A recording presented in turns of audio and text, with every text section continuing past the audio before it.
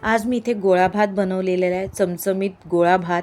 एकदा काय खाल्ला तर पुन्हा पुन्हा बनवाल असा मसालेदार गोळी आणि घरगुतीच वस्तूपासनं सोपी टेस्टी अशी रेसिपी. मस्त असा पाहताच तोंडाला पाणी सुटेल आणि सुगंधानेच भूक वाढेल एवढा झणझणीत आणि बनवायला तर सोपीच. तर वेळ न गमावता रेसिपीला सुरुवात करूया. सुरुवात करण्याआधी तुम्ही जर ही रेसिपी फेसबुकवर बघत असाल तर माझ्या पेजला फॉलो करा आणि यूट्यूबवर बघत असाल तर माझ्या चॅनलला सबस्क्राईब करा. त्याचबरोबर लाईक, शेअर आणि कमेंट नक्की करा आणि व्हिडिओ पूर्ण बघा. हॅलो फ्रेंड्स, मी लतिकाच किचनमध्ये तुमचं स्वागत आहे.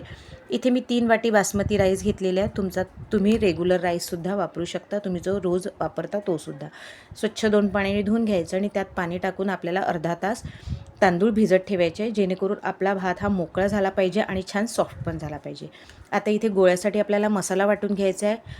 लसूण, अद्रक, मिरची आणि कोथिंबीर थोडं थोडं घ्यायचं. 2-3 मिरच्या, लसूण, 4-5 लसणाच्या पाकळ्या, 1 इंच आल्याचा तुकडा आणि कोथिंबीर घालून छान वाटून घ्यायचा.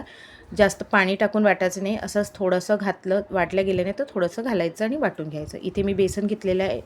1.5 वाटी बेसन घेतलं आहे. त्यात हळद, गरम मसाला, रंगापुरता थोडंसं तिखट घातलेलं आहे, चवीपुरतं मीठ, ओवा, हिंग आवर्जून घाला आणि जी वाटली होती चटणी ती मी 2 चमचे घातलेली आहे. त्यानंतर 2 चमचे दहीसुद्धा घातलेलं आहे.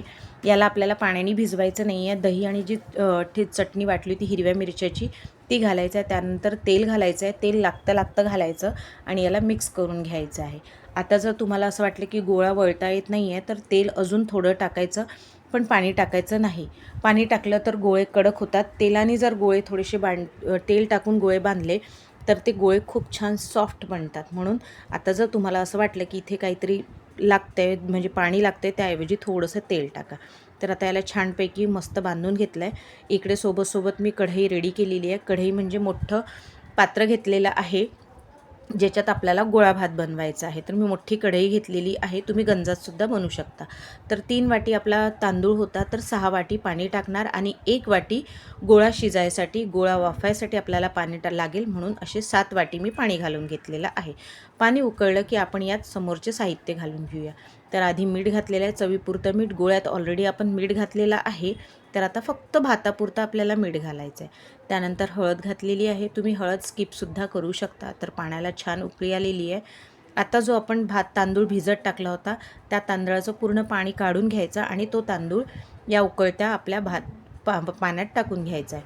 तर आता बघा व्यवस्थित टाकायचं, नाहीतर हा गरम पाण्याचे शिंतोडे आपल्या हातावर उडायचे आणि आपल्याला चटका लागायचा. म्हणून थोडं हळूवारपणे या प्रोसेस करायच्या. तर तांदूळ टाकून घेतला आहे आणि याला एकदा फिरून घ्यायचं आणि याला छान शिजू द्यायचं. पहिल्यांदा झाकून शिजवायचं नाही, त्याला थोडंसं खुल्लं शिजवायचं. म्हणजे उकळी आल्यानंतर आपल्याला यात गोळे टाकता येईल या पद्धतीने.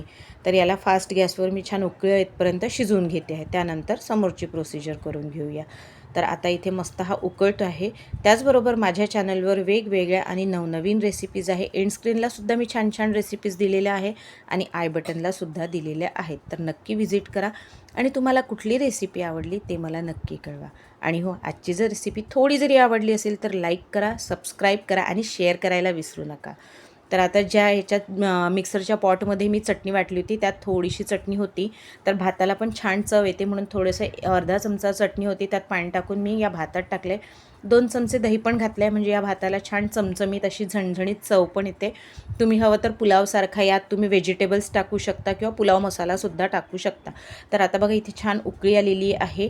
जास्त ढवळायचा नाही, कारण की तांदूळ फुटतो. तर तो उकळून त्याचं पाणी थोडं आटू देतपर्यंत आपण इथे गोळे बनवून घेऊया. तर गोळे कसे बनायचे, लांब आणि बोटांचा असे ठसे पडले पाहिजे.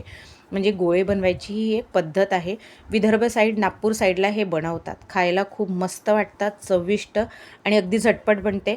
गरमीच्या दिवसात सोप्पा उपाय आहे. गरमीत जास्त वेळ उभं राहून स्वयंपाक करण्यापेक्षा, गॅसजवळ उभं राहण्यापेक्षा हा खूप छान पर्याय आहे. तर आणि चवीला पण खूप मस्त. तर बघा भातात थोडंसं पाणी आहे.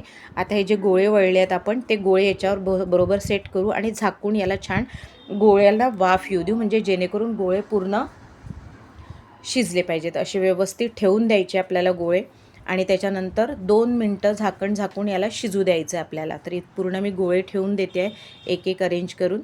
तर हळूहळूपर्यंत बरोबर घ्यायचं, नाही तर हातावर वाफ येणार. तर असे गोळे अरेंज केले. आता मी वरतून झाकून देते आणि 2 ते 3 मिनटं आधी वाफ येऊ देणार. त्याच्यानंतर थोडासा भात वर खाली करणार, जेणेकरून गोळे थोडे भाताखाली दबेल आणि गोळे अजून थोडेसे राहिली कसर असेल गोळ्यांमध्ये, कच्चे असेल ते पूर्ण शिजेल. तर असं वर खाली करून बघा भात किती छान मोकळा आणि मऊ झालेला आहे. तर आता गोळे वर खाली भाताच्या खाली थोडंसं करून घेते आणि परत झाकून 2 ते 3 मिनटं अजून येऊ देते, म्हणजे वाफ येऊ देणार. म्हणजे आपले जे गोळ्यांना थोडंसं जर कच्चापणा असेल तर तो निघून जाणार. आणि सरते शेवटी कोथिंबीर घालून छान मस्त सर्व करणार. मस्त गरम गरम कढी. तर कढीसाठी माझ्याकडे आज ताक नव्हतं, दही पण संपलेलं होतं, त्यामुळे मी कढी नाही केली. पापड तळलेत मस्तपैकी, मस्त गोळा भात आणि पापड खाल्लेत. तर आता इथे बघा 5 मिनिटांनंतर छान मस्त भात आणि गोळे पण छान शिजलेले आहेत मस्त असे. तर आता सर्व करून घेऊया. आमच्याकडे वाट पाहत आहे ती की कधी लवकर बनते आणि कधी खायला मिळते. तर कोथिंबीर घालून घेतलेला आहे आणि आता सर्व करते. तर मस्त असा हा गोळा भात रेडी झालेला आहे. तर कशी वाटली रेसिपी ते मला नक्की कळवा. तर भेटूया पुढच्या रेसिपीत. तोपर्यंत बाय.